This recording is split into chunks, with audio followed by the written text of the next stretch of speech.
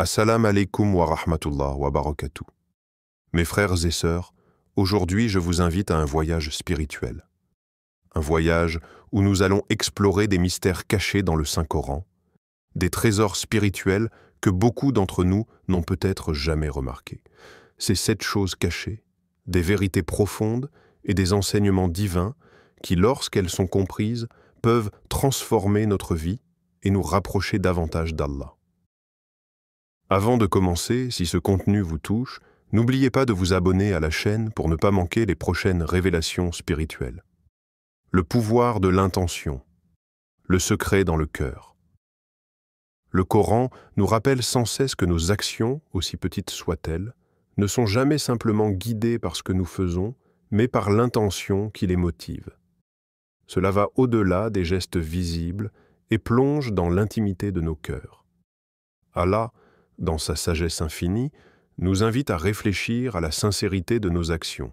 Comme il le dit dans le Coran, et dit « Agissez, Allah verra votre action, ainsi que son messager et les croyants. » Sourate At-Tawbah 905. Cette révélation est une invitation à comprendre que ce qui est caché dans nos cœurs est tout aussi important, voire plus, que ce qui est apparent à nos yeux et à ceux des autres.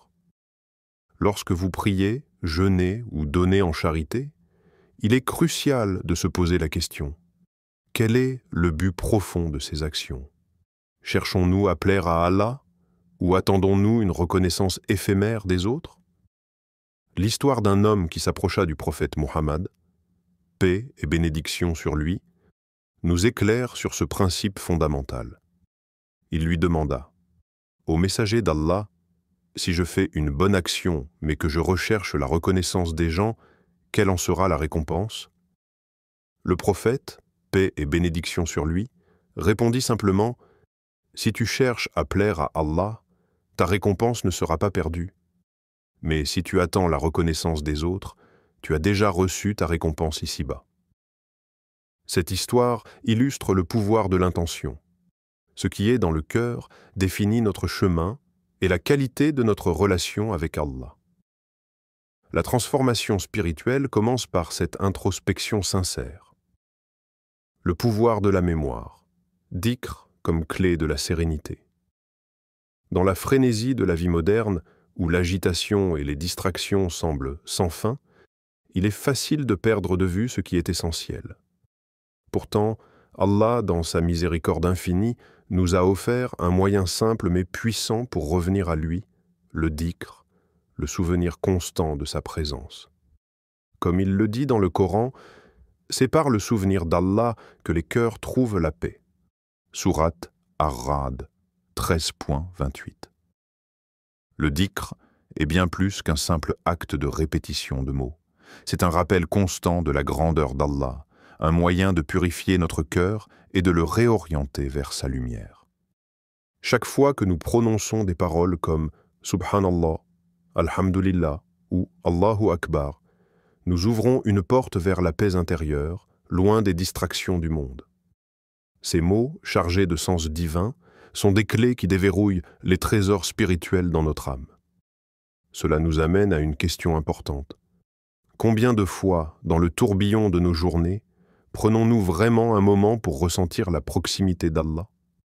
Combien de fois nous arrêtons-nous pour méditer sur sa majesté et sa miséricorde infinie? L'imam Al-Ghazali, un grand maître spirituel, nous offre un exemple vivant de cette pratique. Dans ces moments de profonde contemplation, il répétait sans cesse « La ilaha illallah ». Il n'y a pas d'autre divinité qu'Allah.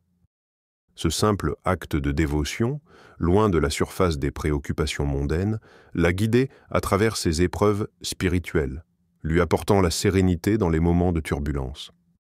Le dhikr, pour lui, était la clé qui ouvrait la porte à une paix durable, même au milieu des défis les plus difficiles. Le secret des épreuves, les difficultés comme purification. Dans notre parcours spirituel, les épreuves sont inévitables. Elles font partie intégrante de notre vie, mais le Coran nous enseigne que derrière chaque difficulté se cache une bénédiction divine, une occasion de purification. Allah, dans sa sagesse, nous rappelle: Nous vous éprouverons certes par quelque chose de la peur, de la faim, par une diminution des biens, des vies et des fruits, mais annonce la bonne nouvelle aux patients. Sourate Al-Baqarah 255. Ces mots nous révèlent un aspect fondamental des épreuves. Elles ne sont pas des punitions, mais des moyens pour nous purifier, renforcer notre foi et nous rapprocher de notre Créateur. Les épreuves sont des occasions de réévaluer notre relation avec ce monde éphémère, nous rappelant que tout ici-bas est temporaire. Il est essentiel de se poser cette question lors de l'épreuve. Comment réagissons-nous face à la difficulté? Cherchons-nous un sens profond, une raison spirituelle dans chaque épreuve, où la peur et l'angoisse dominent-elles nos pensées? L'histoire du prophète Ayoub, paix soit sur lui, est un modèle parfait de patience et de foi.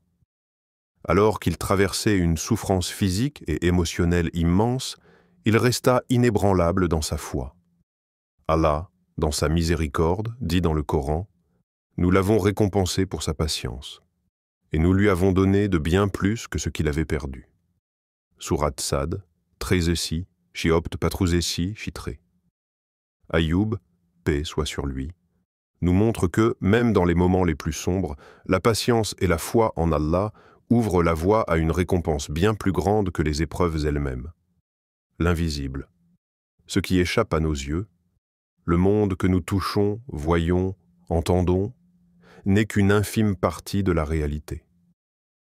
L'univers que nous habitons est traversé par des forces, des êtres et des réalités que nos sens ne peuvent percevoir, et pourtant, ils sont là.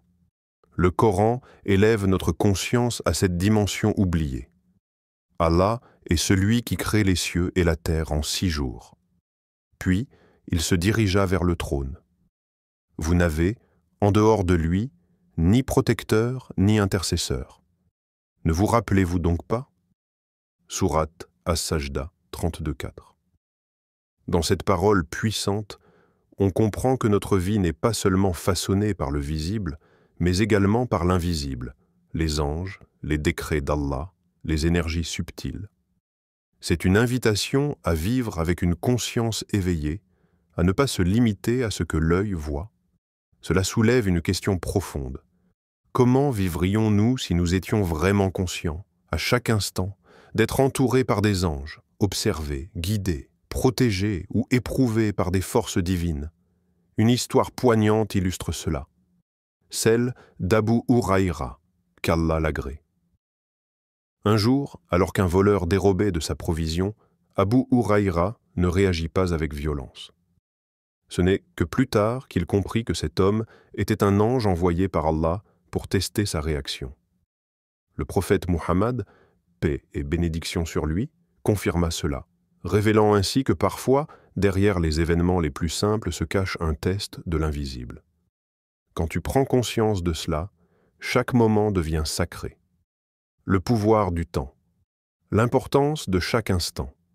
Le temps, ce fil invisible qui tisse nos jours et nos nuits, est souvent ignoré, jusqu'à ce qu'il soit trop tard. Pourtant, le Coran attire puissamment notre attention sur ce trésor éphémère.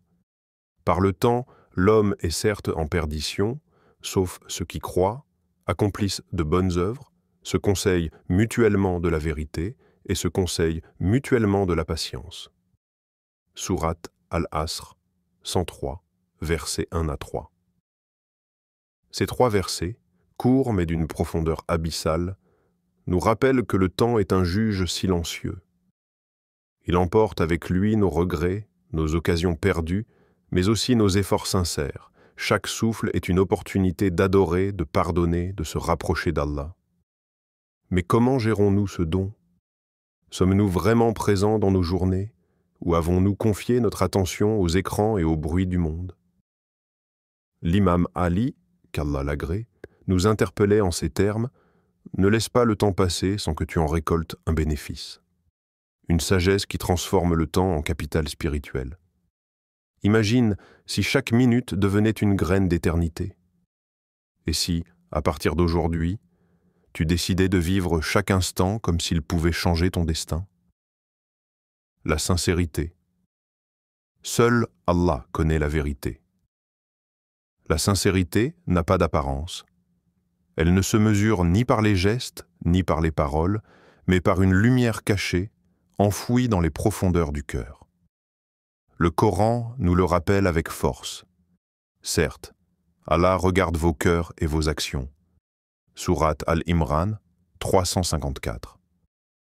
Ce regard divin ne peut être trompé.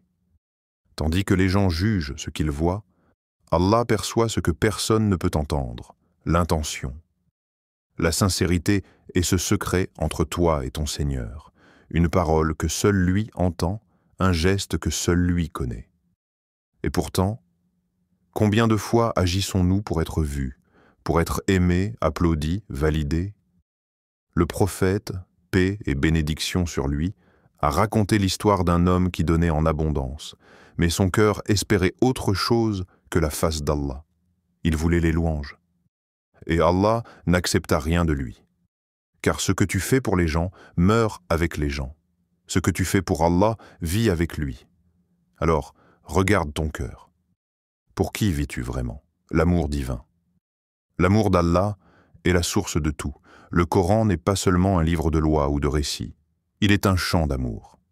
Un rappel constant que, malgré nos fautes, malgré nos chutes, Allah continue de nous appeler, il dit, et ton Seigneur dit, « Invoquez-moi, je vous répondrai » Sourate Ghafir. Une preuve que, même quand tout semble s'effondrer autour de nous, Allah reste proche.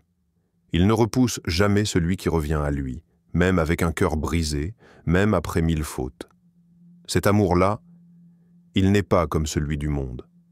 Il ne demande ni perfection, ni mérite. Il suffit de dire « Ya Allah » avec un cœur sincère, et déjà sa miséricorde nous enveloppe. Un homme chargé de péché s'est un jour écroulé dans la nuit et a pleuré en disant « Ya Rab, j'ai tout détruit dans ma vie, mais je n'ai jamais cessé de croire que tu pouvais me pardonner. » Et Allah lui a ouvert les portes du repentir. Car son amour est plus vaste que nos erreurs, et sa tendresse plus douce que toute peine. Alors, pourquoi attendre? Mes chers frères et sœurs, ces 7 secrets cachés dans le Coran sont là pour nous guider vers une vie pleine de sagesse, de paix et d'amour. Ils nous rappellent que chaque instant, chaque action, chaque pensée doit être dirigée vers Allah, celui qui connaît notre cœur mieux que nous-mêmes. Qu'Allah nous accorde la compréhension de ses révélations et nous guide sur le droit chemin. Abonnez-vous à la chaîne, partagez ce message et que la paix d'Allah soit sur vous.